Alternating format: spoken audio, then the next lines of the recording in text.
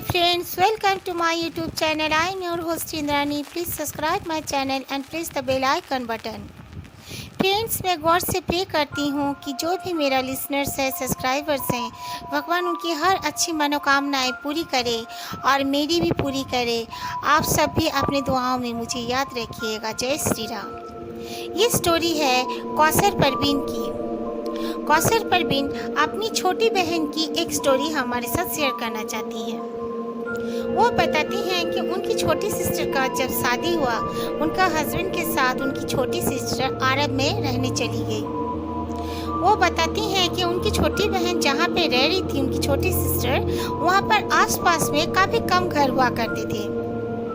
तो वो उनकी छोटी सिस्टर को वहाँ पर जाके अच्छा नहीं लगा, बट वो सोच रही थी कि चलो मैं बाहर कंट्री में जाऊँगी, बहुत ही अच्छा लगेगा, बट उसे अच्छा नहीं लग रहा था।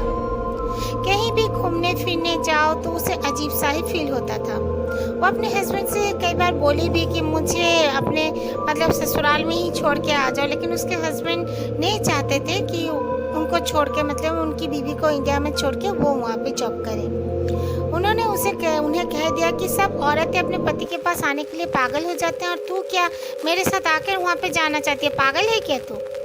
तो फिर उसके बाद से उनकी छोटी बहन का निकनेम गुड्डी है, तो गुड्डी ने और ऐसा बोलना छोड़ दिया। करीब करीब वहाँ पे गए हुए उसे 6 मंथ हो चुके थे और उसकी शादी को भी 8 महीना हो चुका था। तब उनका कोई बच्चा भी तो नहीं हुआ था, शादी तो नई हो रखी थी। तो एक बार की बात है, उनका हस्बैंड रोज़ सुबह चले जाते थे, 8 बजे के करीब चले जाते थे ऑफिस और काफ़ी रात को लौटते थे। तो गुड्डी सारी दिन अकेली ही वहाँ पे रह जाती थी। अच्छी सैलरी होने की वजह से उसके हस्बैंड वहाँ पर जॉब नहीं छोड़ना चाहते थे। फिर एक दिन की बात है, गुड्डी ऐसे दोपहर के समय में वो तो घर पर ही बैठी अपनी किताबें कुछ पढ़ते रहती थी।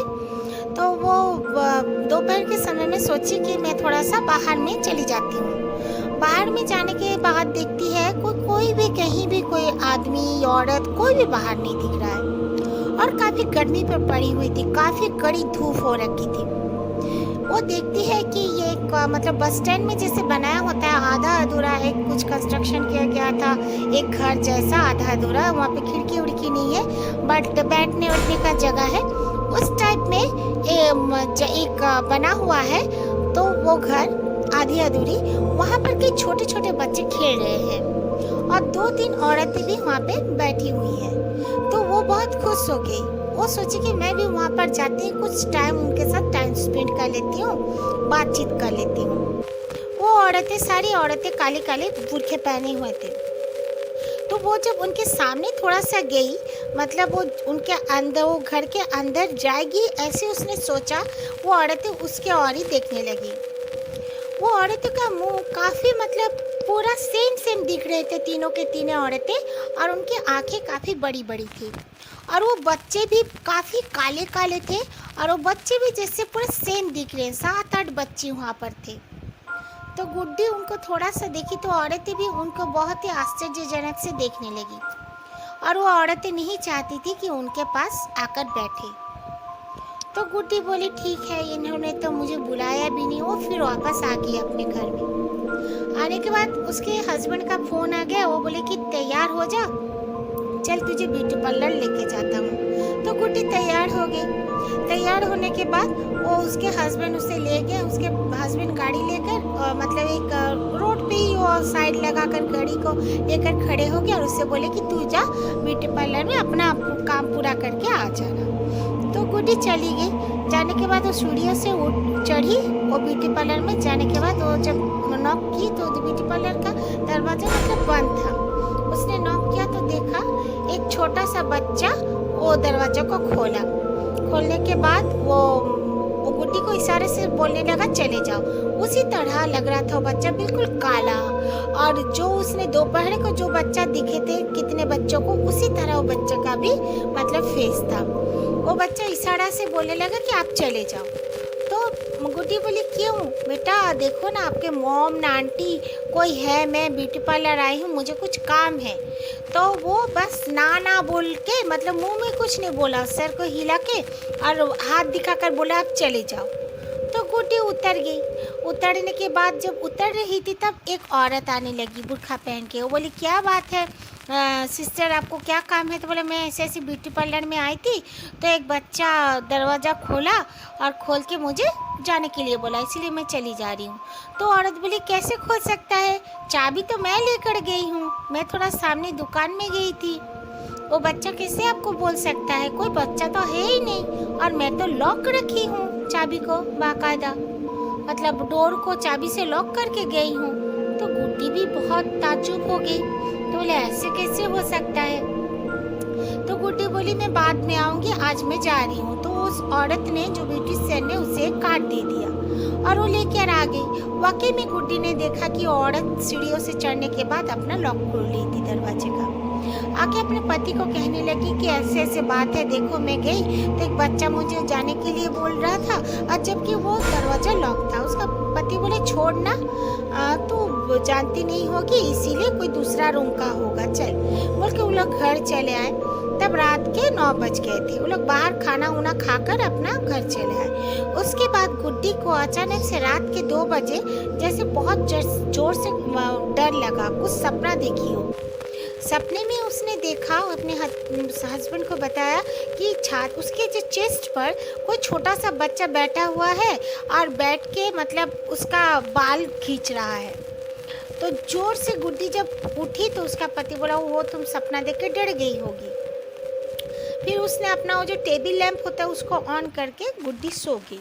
सुबह उठकर जब उसने अपने बिस्तर उस्तर को झाड़ रही तो देख रही है कि काफ़ी बाल गिरे हुए थे, जिससे कोई सच में उसका बाल खींचा हो।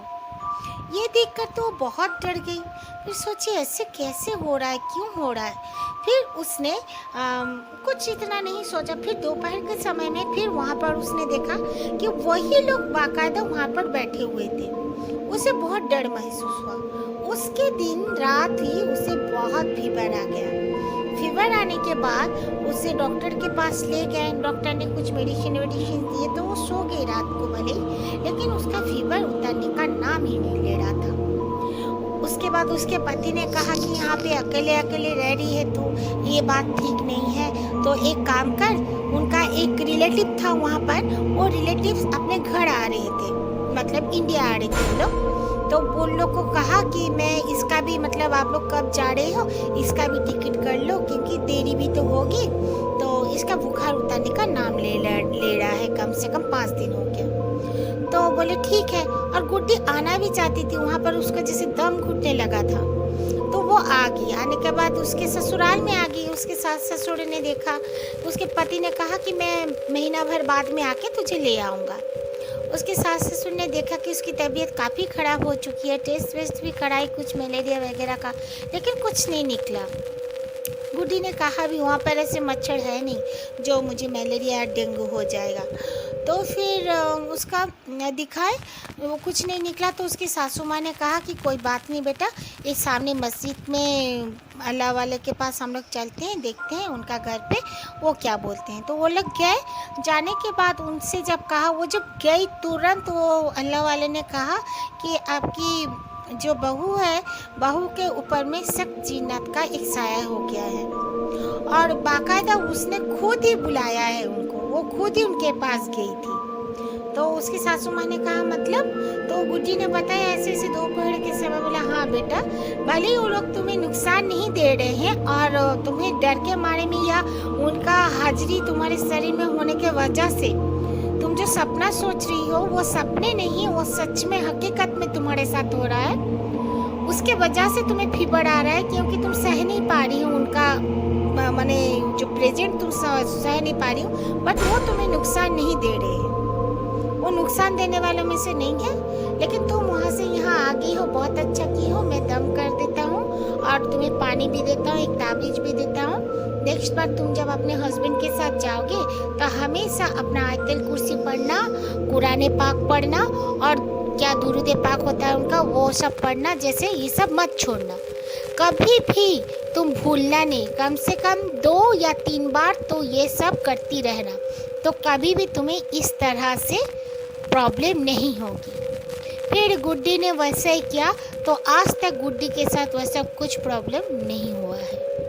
Okay, thank you friends. आपको अगर मेरी ये स्टोरी अच्छी लगी तो प्लीज़ लाइक कर देना और शेयर कर देना और अपना फीडबैक मुझे ज़रूर देना। जय श्री राम।